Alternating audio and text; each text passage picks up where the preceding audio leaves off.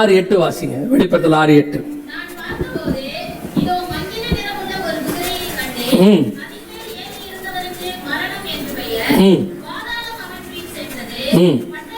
இங்கே 4 விதமான காரியங்களை பத்தி ஆண்டவர் சொல்றார். நல்லா கவனிங்க. அடுத்த 5 வருஷத்துக்குள்ள 2030க்குள்ள, திருப்பியும் சொல்றேன், நான் ப்ராபசி சொல்லல, நடக்கிற சம்பவங்களுடைய கணக்குகளை வைத்து நான் சொல்றேன். இப்ப நடந்த 3.5 வருஷம் இது நடந்துச்சு இல்லையா, கொரோனா 2019 லாஸ்ட்ல இருந்து 2023 மே மாசம் வரைக்கும் நடந்துச்சு. இப்ப 2023 அக்டோபர்ல இருந்து இந்த காரியங்கள்லாம் நடந்துகிட்டே இருக்கு. சோ இதனுடைய அடிப்படையில நான் உங்களுக்கு சொல்றேன், அடுத்த 5 வருஷத்துக்குள்ள இந்த 4 சம்பவங்களும் ஒன்றாக நடக்கும். நான் சொல்றது மேக்சிமம் டைம். அது 2025 இன்னையிலிருந்தே நான் சொல்றேன். இன்னிலிருந்து எப்ப வேணாலும் இந்த 4 சம்பவங்கள் ஒன்றாக நடக்கும். ஒன்று பட்டயத்தினாலும், 2வது பஞ்சத்தினாலும், சாவினாலும், பூமியின் துஷ்ட மிருகங்களினாலும், பூமியில் கால் பங்கில் உள்ளவர்களை கொலை செய்யும்படியான, இது வெளிப்படுத்தல் 6:8 இருக்கக்கூடியதான ஒரு சம்பவம். இந்த சம்பவத்துல அடுத்து மங்கின நிறம் உள்ள குதிரை ஒன்று வரணும். ஏற்கனவே சிவப்பு குதிரை கொள்ளை நோய் போயிருக்கு. அதுக்கு அடுத்து கருப்பு குதிரை பஞ்சம். இப்ப மத்திய 24 நீங்கள் வாசிக்கும் போது உங்களுடைய வருகைக்கும் உலகத்தின் முடிவுக்கும் அடையாளம் என்னன்னு கேட்ட போது அதுல ஆண்டவர் சொன்னது பஞ்சங்களும் கொள்ளை நோய்களும். இது 2 நம்ம கண்ணுக்கு முன்னாடி போயிருக்கு. இன்னும் அதுல கொஞ்சம் மிச்ச மீதி இருக்கு. என்ன இருக்குன்னு கேட்டீங்கன்னா, யுத்தங்களின் செய்திகளையும், ஜனத்துக்கு விரோதமாய், ராஜ்யத்துக்கு விரோதமாய், அடுத்து பூமி எதிர்ச்சி, இதெல்லாம் அதுல இருக்கு, மிச்சம் இருக்கு. இந்த 2 முக்கியமான காரியம் தான் நடந்திருக்குது, சிவப்பும் கருப்பும். இன்னும் மங்கிய நிறமுள்ள குதிரையில அடுத்த 4 இருக்குது. ஜனத்துக்கு விரோதமாய் ஜனம், ராஜ்யத்துக்கு விரோதமாய் ராஜ்யம், பஞ்சங்கள், அடுத்து பட்டயம், கொள்ளை நோய், இதெல்லாம் இருக்கு. இந்த 4ம் அடுத்து நடக்கக்கூடியதான அடுத்த 5 வருஷத்துக்குள்ளாக, நான் சொல்றது மேக்சிமம் இயர்ஸ். திருப்பியும் சொல்றேன், ப்ராபசி இல்ல, எந்த கணிப்பும் இல்ல. உட்கார்ந்துகிட்டு யோசிக்காதீங்க, பிரதர் 5 வருஷம்ன்றா ஏதாவது ஒரு கால்குலேஷன் இருக்குமோ, ஆண்டவர் 5 வருஷம் கழிச்சு தான் வருவாரோ அப்படின்னு ஒரு சிலர்லாம் வந்து என்ன பண்ணுவாங்க தெரியுமா, ரொம்ப நாசுக்கா ஒரு கேள்வி கேட்பாங்க. ஏன் பிரதர், நீங்க கால்குலேட் பண்ணிருப்பீங்களே, ஆண்டவர் எப்ப வருவாரு? எனக்கு இந்த கேள்வி யாராவது கேட்டாங்கன்னா எனக்கு சாத்தானுடைய தூதனை பாக்குற மாதிரியே இருக்கும். ஏன்னு கேட்டா, பைபிள் படி அவர் வரும் நாளாகிலும் நாளிகையாகிலும் பிதா ஒருவரை தவிர மற்ற ஒருவனும், மார்க்கு சொல்லுது, பரலோகத்தில் உள்ள தூதர்களும் அறியார். சோ இயேசு வர்றது யாருக்குமே அவங்களுக்கே தெரியாது, எனக்கும் தெரியாது. வேலை முடிஞ்சு. நம்ம ஆள் ஒருத்தர் இருந்தார், ஒரு 2-3 வருஷத்துக்கு முன்னாடி ஒருத்தர் யூடியூப்ல எல்லாம் பேசினார். இயேசு வருகிறது பிதா ஒருத்தரை தவிர வேற யாருக்கும் தெரியாது, இயேசுக்கும் தெரியாது, ஆனால் எனக்கு தெரியும் சொன்னார். அதுக்கு அவர் சொன்ன விளக்கம் இன்னும் நல்லா இருந்துச்சு. இயேசுக்கே சொல்ல மாட்டேனதை பிதா எனக்கு மட்டும் சொன்னாருன்னு சொன்னாரு. நல்ல விஷயம்தான். ஆனா அவர் சொன்ன டேட்ல இயேசு வரல. நான் என்ன சொல்லுவேன்னா, இவங்க இந்த டேட்டை சொல்லி சொல்லி இயேசு வரவிடாம பண்றாங்க. இவங்க சும்மா இருந்தாலும் அவர் வந்துருவார். புரியுதா? இப்ப அதனால நான் 5 வருஷம்னு சொல்றது ஒரு அப்ராக்சிமேட் கணக்கே ஒழிய வருகைக்கான கணக்கு இல்லை. இந்த சம்பவங்களுக்கான கணக்கு. வருகை எப்ப வேணாலும் வரும். வருகை என்ன செய்யும்? எப்ப வேணாலும் வரும். அவர் வரப்போகிற நாள் சமீபம், ரொம்ப சமீபம். அதுவும் இந்த குதிரை காரியங்கள்லாம் நடக்க ஆரம்பிச்ச பிறகு வெரி சூன். அப்படி இருக்கும்போது அடுத்து நம்ம எக்ஸ்பெக்ட் பண்ணக்கூடிய மிக முக்கியமான 4 சம்பவங்கள். ஒன்று பட்டயத்தினாலும். இந்த பட்டயம் என்பது எதை குறிக்கிறது அப்படின்னு கேட்டீங்கன்னா, குதிரையின் மேல் ஏறி இருந்து ஒருத்தன் தூதன் பட்டயம் பிடிச்சிருந்தாதான் அதுக்கு பேர் கொள்ளை நோய். நார்மலா பட்டயம் என்பது எதை குறிக்கிறது? யுத்தத்தை குறிக்கிறது. இயேசு சொல்றாருல மத்திய 24 யுத்தங்களையும் யுத்தங்களின் செய்திகளையும் கேள்விப்படுவீர்கள் அப்படின்னு சொன்னார்ல, அந்த யுத்தம் தான். எசேக்கியேல் 38ஆம் அதிகாரம் 8வது வசனம் ஒருத்தர் வாசிங்க.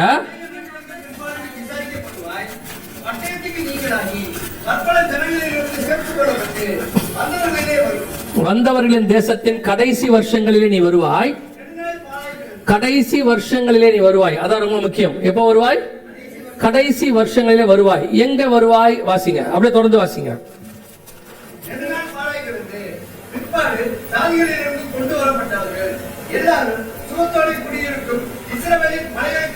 இஸ்ரவேலின் மலைகளுக்கு விரோதமாய் வருவாய். அப்ப இந்த பட்டயம் யுத்தம் ஒன்று வரும், கடைசி காலத்தில் வரும். 16வது வசன வாசி.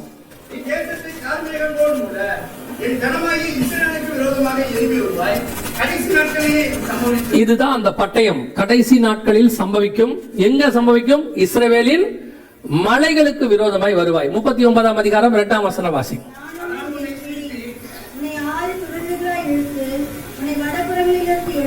எங்கிருந்து வடபுறங்களிலிருந்து எழும்பவும்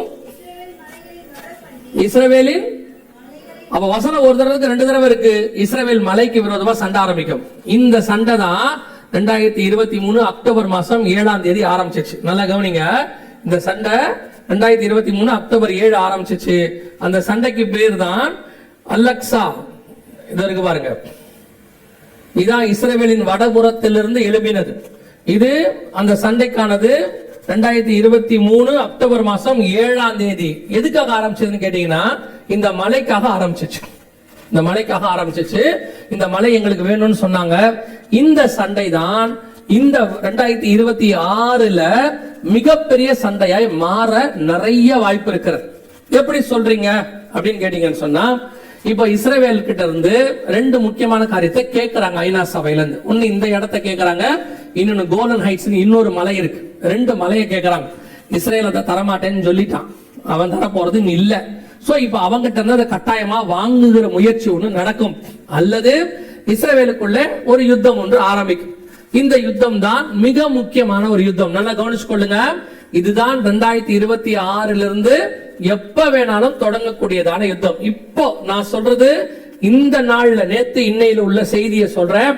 ரஷ்யாவுடைய பார்டர்ல கொண்டு போய் மிக ஆபத்தான வெப்பன்ஸ் யூரோப்பியன் யூனியன் நிறுத்திருச்சு, நாட்டோ நாடுகள் நிறுத்திருச்சு. ரஷ்யா அதை விட ஆபத்தானது ஒன்ன இன்னைக்கு காலையில லான்ச் பண்ணி வச்சிருக்கு. நாங்க வரும்போது அந்த நியூஸை பார்த்துட்டு தான் வந்தேன். சோ இந்த யுத்தம் தான் அடுத்த சில வருஷங்களில் நடக்கும்.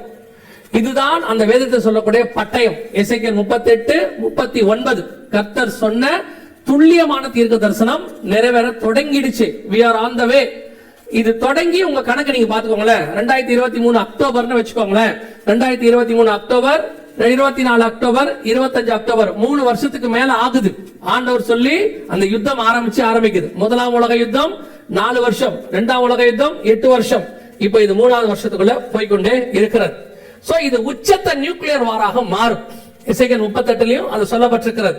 இதுதான் பட்டயத்தினால் வரக்கூடியதான ஃபர்ஸ்ட்.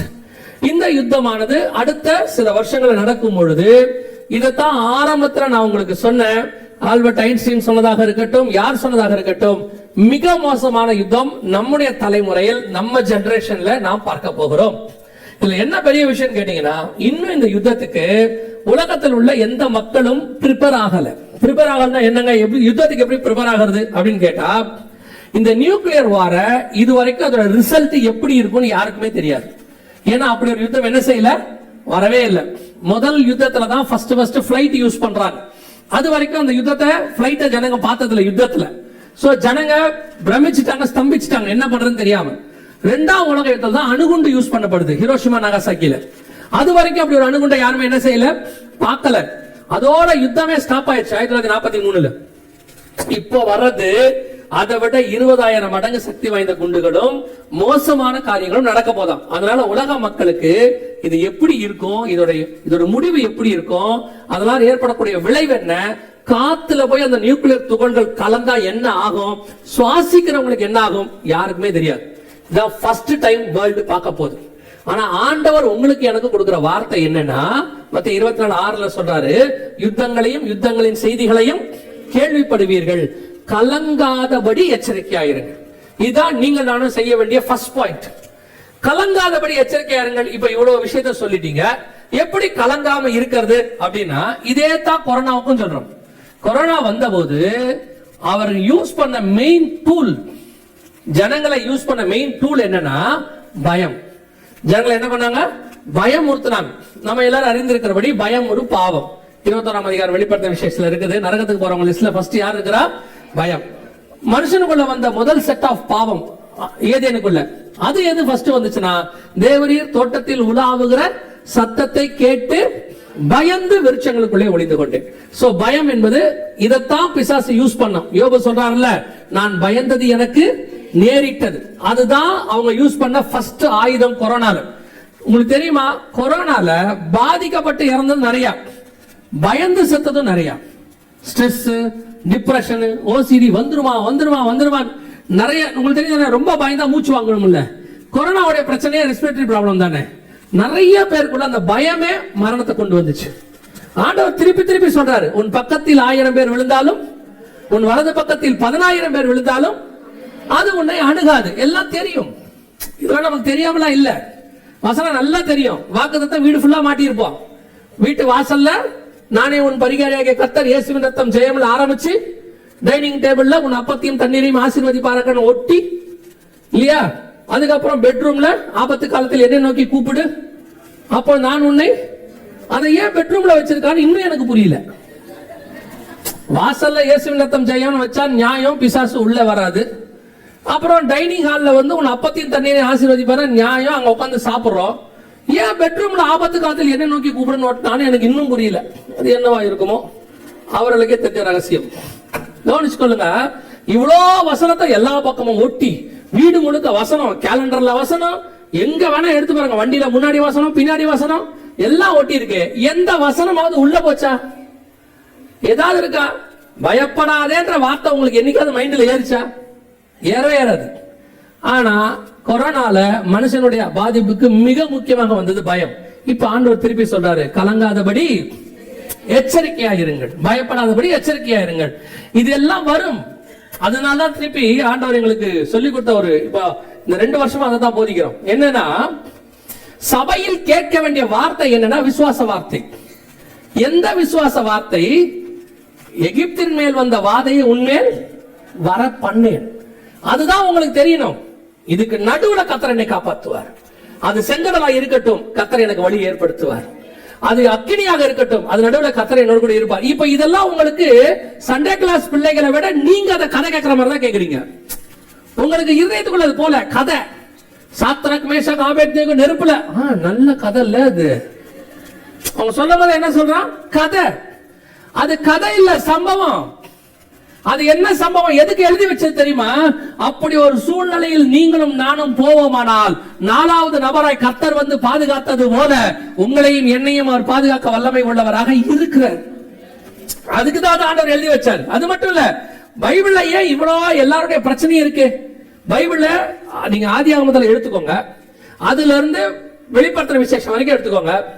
யாராவது பிரச்சனை இல்லாம சொகுசா இருந்து நீங்க பாத்திருக்கீங்களா? அவனுக்கு பிரச்சனையே இல்லைங்க அப்படின்னு பாத்திருக்கீங்களா? ஒரு ஆளு பாத்திருக்கீங்களா? அதுவும் நம்ம பிலிவர்ஸ்ல நான் சொல்றேன், நான் பிலிவரை விட்டுருங்க. பிலிவர்ஸ்ல பாருங்க, முதல்ல எடுத்துக்கோங்க ஆபேல். அவன் வாங்கின செத்தே போயிட்டான், கதை முடிஞ்சு இல்லையா? அதுக்கு அடுத்து நோவா, நீதியை பிரசங்கித்தவனாக நோவா. அன்னைக்கு உள்ள அந்த அத்தனை பேரும் கீழ்ப்படியாமல் போன ஆவிகள்னு இருக்கு. அதுக்கப்புறம் ஆபிரகாம், சொல்லவே வேண்டாம், அவர் நிலைமை என்னன்னு உங்களுக்கே தெரியும். அடுத்து ஈசாக்கு, பஞ்ச காலத்துல ஆண்டவர் எங்கேயும் போகாத இங்கேயே இருந்துட்டாரு. அங்க மனைவியை வைத்துக் கொண்டு தன்னை கொலை செய்வாங்க பயந்து இருந்தான் இருக்கு. அப்புறம் ஊற்றுகளை எடுத்துக்கொண்ட அவன் பிரச்சனை. யாக்கோபு, அவனை நினைச்சதான் ரொம்ப வருத்தப்படுவேன். அவன் நம்மள மாதிரி வாழ்நாள் ஃபுல்லா பயம், ஓடிட்டே இருப்பான். சும்மா இருக்கிறவனே ஓட விட்டுருவாங்க. அவன் பண்ணு சும்மா தான் இருப்பான். அவன் அம்மா கூப்பிட்டு சொல்லிடுவான், இங்க இருந்தா உங்க அண்ணன் கொண்டுடுவான், ஓடிடுன்னு. அவன் சொல்லி, ஏமா நான் பண்ண சும்மா தானே இருந்தேன், நீ தானே எங்க அப்பா கிட்ட போய் எல்லாத்தையும் வாங்கிட்டு வர சொன்ன, எனக்கு தெரியும்டா, நீ தானே சொன்ன, எனக்கு வரதெல்லாம் நீ வாங்கிக்கிறேன்னு, இருக்கட்டும் நீ போயிரு. அவன் அங்க போன நல்ல மாமன், அவன் ரொம்ப அருமையான மாமன். அப்படிப்பட்ட மாமெல்லாம் அமைஞ்சானா நம்ம ரட்சிக்கப்பட்டுருவோம். நிஜமா தான் சொல்றேன். அங்க போய் அங்கது பிரச்சனை வந்து அவன் துரத்திட்டு வரான். இங்க துரத்திட்டு வந்தா பசங்க 2 பேரும் போயிட்டு ஒரு இடத்துல அந்த தீனார் விஷயத்துல பண்ணிடுறாங்க. அங்க இருந்து பயந்து இன்னொரு இடத்துக்கு போனா, நடுவுல வழியில பார்த்தா ஏசாவை பார்த்து பயம், லாபான பார்த்து பயம், வாழ்நாளெல்லாம் பயம். அப்புறம் பார்த்தா பென்யமீனை காணோம், யோசேப்பை காணோம். அவன் சொல்றான், என் நரைமயிரை துக்கத்தோடு கூட பாதாளத்தில் இறங்க பண்ணுகிறீர்கள். இவங்களை விட்டுட்டு வெளியே இந்த பக்கம் வந்தா மோச நிலைமை அதை விட கவலைக்கிடமா இருக்கு. தேவ ஜனங்களோட துன்பத்தை அனுபவிக்க தெரிந்து கொண்டான். நீ எடுத்து பாருங்க, பைபிள் முழுக்க பாருங்க. தானியேலா இருக்கட்டும், எலியாவா இருக்கட்டும், எலிசாவாக இருக்கட்டும், மோசேவாக இருக்கட்டும், அல்லது இந்த பக்கம் வந்துருங்க யோவான் ஸ்நானகனாக இருக்கட்டும், இயேசு கிறிஸ்துவாக இருக்கட்டும், பவுலாக இருக்கட்டும், அத்தனை பேருடைய உபத்திரவத்தை பத்தி பைபிள் எழுதுது. ஏன் தெரியுமா? இது எல்லாத்திலையும் ஆண்டவர் சொல்ற ஒரே வார்த்தை, இவைகளுக்கு நடுவில் இவர்களை பாதுகாத்த நான் உன்னையும் பாதுகாக்க வல்லமை உள்ளவராய் இருக்கிறேன். அதனாலதான் எழுதி வச்சிருக்கிறார். என்னென்ன சூழ்நிலை உங்க வாழ்க்கையில வருமோ அத்தனை சூழ்நிலைக்கான ஆளையும் பைபிள்ல இருக்கான். சிலர்லாம் சொல்லுவாங்க தெரியுமா, யாருக்குமே வராத பிரச்சனை அப்படி ஒண்ணு கிடையவே கிடையாது. ஒருத்தர் வந்து எங்கிட்ட சொன்னாரு, நான் யோபுவை போல சோதிக்கப்படுகிறேன் அப்படின்னாரு. 10 பிள்ளையும் செத்து போச்சான்னு கேட்டேன். யோபு போல சோதிக்கப்படுறதுனா என்ன? நல்ல உடம்பு முழுக்க பரு வந்து இந்த கொட்டாங்குச்சி எடுத்து சுரண்டிக்கிட்டு 10 பிள்ளையும் செத்து போற மொத்தமா போச்சு. ஒண்ணும் கிடையாது. அவருக்கு என்ன பிரச்சனையா இருந்தாலும் நம்ம திட்டி இருக்க வீட்டுல.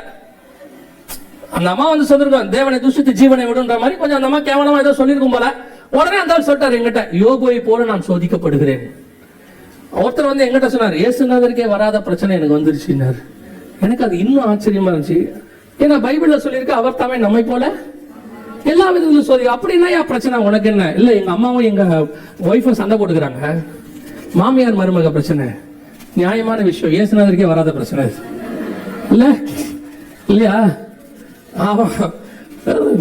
ஆண்டவர் தப்பிச்சது அது ஒண்ணுல மட்டும்தான் இல்ல. அவர் நம்முடைய பாடுகள் எல்லாவற்றையும் ஏற்றுக்கொண்டு ஒன்னே ஒண்ணு மட்டும் நம்ம கிட்ட கொடுத்துட்டாரு. இத சமாளிச்சு நீ பரலோகத்துக்கு வந்துடுறா, பெரிய ஆள்றா நீ அப்படின்ட்டு இல்ல. அது ஒரு பெரிய விஷயம் தான். அது இல்ல, இஸ்ரேல் பாலஸ்தீன பிரச்சனையை கூட சால்வ் பண்ணிடலாம், இது ரெண்டுத்தையும் சால்வ் பண்ணவே முடியாது. பாத்திருக்கீங்களா? அது ஆண்டவர் பண்ற ஒரு பெரிய ஆசீர்வாதம் என்னன்னா, நீங்க எவ்வளவு ஜெபம் பண்ணுங்க, அதுல மட்டும் விடுதலையை கொடுக்க மாட்டார். உங்க எல்லா ஜெபம் நீங்க நீங்க ஒரு பெரிய கொடுமை என்ன நடக்கும்னா, நீங்க எவனுக்காக ஜெபம் பண்ணுவீங்க அவனுக்கு சுகமாக்கும், இதுக்கு ஜெபம் பண்ணுவீங்க இது நடக்கவே நடக்காது. என்ன ஆண்டவரே அப்படின்னா ஆண்டவர் சொல்வாரு, பசியோ பஞ்சமோ பட்டயமோ நிர்வாணமோ நாசமோசமோ உனக்கு இருக்கா? இல்ல, மொத்தத்துக்கு இதை வச்சுக்கோம்ப, அவ்வளவுதான். மொத்தம் இல்லடா, இது ஒண்ணு தாண்டா உனக்கு, நீ இதை தாண்டி பரலோகத்துக்கு வந்துரு, அவ்வளவுதான். பாருங்க, நீங்க யோசிச்சு பாருங்க, ஒருத்தன் பரலோகத்துல ஏன் அழுவான்? பரலோகத்துல எவனா அழுவானா? வசனம் சொல்றது, ஆட்டுக்குட்டியானதாமே அவர்கள் கண்ணீர் யாவையும். அவன் போனவன பரலோகத்துக்கு பார்த்தா அழுகுறான். என்னத்துக்கிட்ட அழுகுற? காப்பாத்தி கொண்டாண்டீங்க ஆண்டவரே, சோத்திரப்பா, பிரைஸ்தலா, என்ன எப்படி பத்திரமா காணாண்டீங்க அப்படின்னு. என்ன செய்ய? அதனாலதான் ஆண்டவர் சகோதரர்களை பார்த்தா எழுதியிருக்காரு, கவலைப்படாதீங்க, இவர்கள் மிகுந்த உபத்திரவத்திலிருந்து வந்தவர்கள். சரியா? சரி, கவனி. என்ன சொன்னாலும் இப்படி எல்லாம் பேசித்தான் நம்மளை ஆறுதல் படுத்திக்க வேண்டியிருக்கு, வேற வழியும் இல்லை. அவங்க என்ன நினைக்கிறாங்க தெரியுமா? நீ என்ன வேணா பேசு, அது போனா திருப்பி அப்படியே தான் இருக்கும். அது இயேசுநாதருக்கு அப்புறம் அது ஒண்ணு மட்டும்தான், அந்த பிரச்சனை மட்டும் தான் நேற்றும் என்றும் என்றும் மாறாது, அது அப்படியே தான் இருக்கும் இல்லையா? சரி, கவனிங்க. அப்போ இவ்வளவுக்கு நடுவுலையும் கர்த்தர் நம்மளை காப்பாத்தி என்ன செய்யறாரு? இதெல்லாம் ஏன் எழுதி கொடுத்திருக்கிறாரு அப்படின்னு சொன்னீங்கன்னா, இத்தனை பிரச்சனைகளை உடையதான அத்தனை பேருடைய கேரக்டரை எழுதி ஒரே பைபிளா கொடுத்திருக்காரு. நீ உனக்கு என்ன பிரச்சனை இருக்கோ அதை பாரு, அந்த பிரச்சனை நான் எப்படி காப்பாத்தினேன்னு பாரு, அப்படி காப்பாத்தினா உன்னையும் காப்பாத்த வல்லமை உள்ளவராக இருக்கிறேன். அதான் கர்த்தர் சொல்லக்கூடியதான மிக முக்கியம். அப்ப யுத்தங்களையும் செய்திகள் என்ன செய்வோம்? கேள்விப்படுவீர்கள், வரும். இதுவரைக்கும் உலகம் பார்க்காத மிக மோசமான யுத்தம் வரும். ஆனால் அது உங்களையும் என்னையும் அணுகாது. பகலில் பறக்கும் அம்பிற்கும் இருள் நடமாடும். பகலில் பறக்கும் அம்புனா என்ன? ஏவுகணை விடுறத பத்தி இருக்கு. அன்னைக்கு வில்லு விட்டா இன்னைக்கு ஏவுகணை விடுறான். அவன் என்ன வேணாலும் விடட்டும், எப்படி வேணாலும் விடட்டும், ஆனால் அவைகளுக்கு நடுவில் உங்களை என்னையும் பாதுகாக்கிற ஆண்டவர் ஒருவர் இருக்கிறார். இது அடுத்து நடக்க வேண்டிய மிக முக்கியமான விஷயம். அடுத்து பட்டயத்தினாலும், அடுத்து என்ன இருக்கு? பஞ்சத்தினாலும். என்ன இருக்கு? பஞ்சம். இப்ப நீங்க பார்த்த பஞ்சம் வேற, இப்ப நீங்க பார்த்த கோதுமை பஞ்சம் வேற, வேறொரு பஞ்சத்தை குறித்து சொல்லப்படுகிறது. இங்க பாருங்க, இப்ப மிக மோசமான பஞ்சம் ஒன்று வருவதாக சொல்லப்படுது. இது உலகத்திலேயே இந்த மாதிரி பஞ்சம் வந்தது இல்லையாமா? உணவு தட்டுப்பாடால் உலகம் பேரழிவை சந்திக்கும் என்று ஐநா பொதுச் செயலாளர் அன்டோனியோ குட்டரஸ் எச்சரித்தார். ஜெர்மன் தலைநகர் பெர்லினில் பணக்கார மற்றும் வளரும் நாடுகளைச் சேர்ந்த அதிகாரிகள் பங்கேற்ற கூட்டம் நடந்தது. இந்த கூட்டத்தில் கலந்து கொண்டு பேசிய ஐநா பொதுச் செயலாளர் அன்டோனியோ குட்டரஸ், பருவநிலை மாற்றம், கொரோனா ஆகியவை முன்னெப்போதும் இல்லாத அளவிற்கு பட்டினி பிரச்சனையை உருவாக்கின என தெரிவித்தார். உணவு கிடைக்காத பிரச்சனை உலக அளவில் உணவு தட்டுப்பாடாக மாறும் என்றும், உணவு தட்டுப்பாட்டால் உலகம் பேரழிவை சந்திக்கும் எனவும் எச்சரித்தார். இது உணவு தட்டுப்பாடு மட்டும் மிகப்பெரிய பேரழிவை சந்திக்கும் என்று எச்சரிக்கை. இதை தாண்டி தண்ணி பஞ்சம் இருக்கு, காத்து பஞ்சம் இருக்கு, எல்லா பஞ்சமும் இருக்கு, ஒருமித்து வரும். வெளிப்படுத்தின விசேஷம் 16ஆம் அதிகாரம் 12வது வசனத்தை வாசிக்கும் போது, 6ஆம் தூதர் தன் கலசத்தில் உள்ளதை ஐப்ராத் என்னும் பெரிய நதியின் மேல் ஊற்றினான். அப்பொழுது சூரியன் உதிக்கும் திசையிலிருந்து ஒரு ராஜாக்களுக்கு வழியை ஆயத்தம் பண்ணும்படி அந்த நதியின் தண்ணீர் வற்றி போயிற்று. ஐப்ராத் நதி என்ன ஆயிடுமா? இப்ப நம்ம கண்ணுக்கு முன்னாடி அதுவும் நடந்துருச்சு. இப்போ பாத்தீங்கன்னு சொன்னா முழுக்க ஐப்ராத் நதி வத்தி போச்சு. இதையும் நம்ம பாக்குறோம். இதாவது கர்த்தர் சொன்னபடியே பஞ்சத்துடைய உச்சத்துக்கு நம்ம போகிறோம். உணவு தட்டுப்பாடு ஒரு பக்கம் இருக்கும், தண்ணி பஞ்சம் ஒரு பக்கம் இருக்கும். சமீபத்துல ஒரு ஆய்வுல சொல்றாங்க, பல மாநிலங்கள்ல தண்ணி பூமிக்கு அடியில சுத்தமா கெட்டு போச்சாம். குடிக்கிற அளவுல தண்ணி இல்லவே இல்லையாமா. இனி மழை பெஞ்சா மட்டும்தான் நல்ல தண்ணி கிடைக்க வாய்ப்பு இருக்குதாமா. பூமிக்கு அடி தண்ணி எல்லாம் கெட்டு போச்சாமா. இன்னைக்கு பல நாடுகள்ல அப்படிதான் இருக்கு சிச்சுவேஷன். ஆண்டவர் சொன்ன பஞ்சத்தினுடைய காலம். இதை தாண்டி நமக்கு நம்ம ஆவிக்குரிய சபைக்கு 8:11 ஆமோஸ் சொல்லுது, ஜனக்குறைவினால் உண்டாகிய தாகமும் அல்ல, கர்த்தருடைய வசனம் கேட்க கிடையாத பஞ்சத்தை அனுப்புவேன் என்று கர்த்தர் சொல்லுகிறார். அடுத்து என்ன இருக்குது? வசன பஞ்சம். இந்த வசன பஞ்சத்தை பத்தி ஏற்கனவே நிறைய சொல்லியிருக்கோம். இப்ப இன்னொன்னு சொல்றோம், உங்களுக்கு நல்லா கவனிங்க. சமீபத்துல சைனால ஒரு ரூல் போட்டிருக்காங்க. நான் சொல்ற 2025 இந்த வருஷம் ஒரு ரூல் போட்டிருக்காங்க. அதன் அடிப்படையில இப்போ எல்லா சபைகளும் எல்லா ஊழியர்களும் அல்லது விசுவாசிகள் கூட எதுல பழகிட்டாங்கன்னு கேட்டா, இந்த பைபிள் கொண்டு வந்து போறது நம்ம சபையில இருக்கு, நிறைய பேர்கிட்ட இருக்கு. பெரும்பான்மையானவங்க என்ன பண்ணிடுறாங்கன்னு கேட்டீங்கன்னா, இந்த ஆன்லைன் பைபிள் அல்லது ஆன்லைன்ல கொண்டு போறது, அப்புறம் சபை ஆன்லைன்ல நடத்துறது, அவங்க சர்ச்சை அதுதான் நடத்துறாங்க. டிபெண்டபிள், அதை டிபெண்ட் பண்ணி தான் வச்சிருக்கிறாங்க. சைனால இப்ப என்ன பண்ணிட்டாங்கன்னா, திடீர்னு ஒரு ரூல் போட்டான். எல்லா வெப்சைட்டையும் ஸ்கிரீனிங் பண்ணி பைபிள் செர்மன் அல்லது பைபிள் செய்திகள் பிரசங்கங்கள் எதுவுமே கிடையாது, எதுவுமே செய்யக்கூடாது, எல்லாம் பிளாக் பண்ணியாச்சு. ஆல்ரெடி சர்ச் நடத்தக்கூடாதுன்னு சொல்லி சர்ச்சை அவங்க குடும்பப்படுத்தி அண்டர் கிரவுண்ட் சர்ச்சஸ் தான் இருக்கு.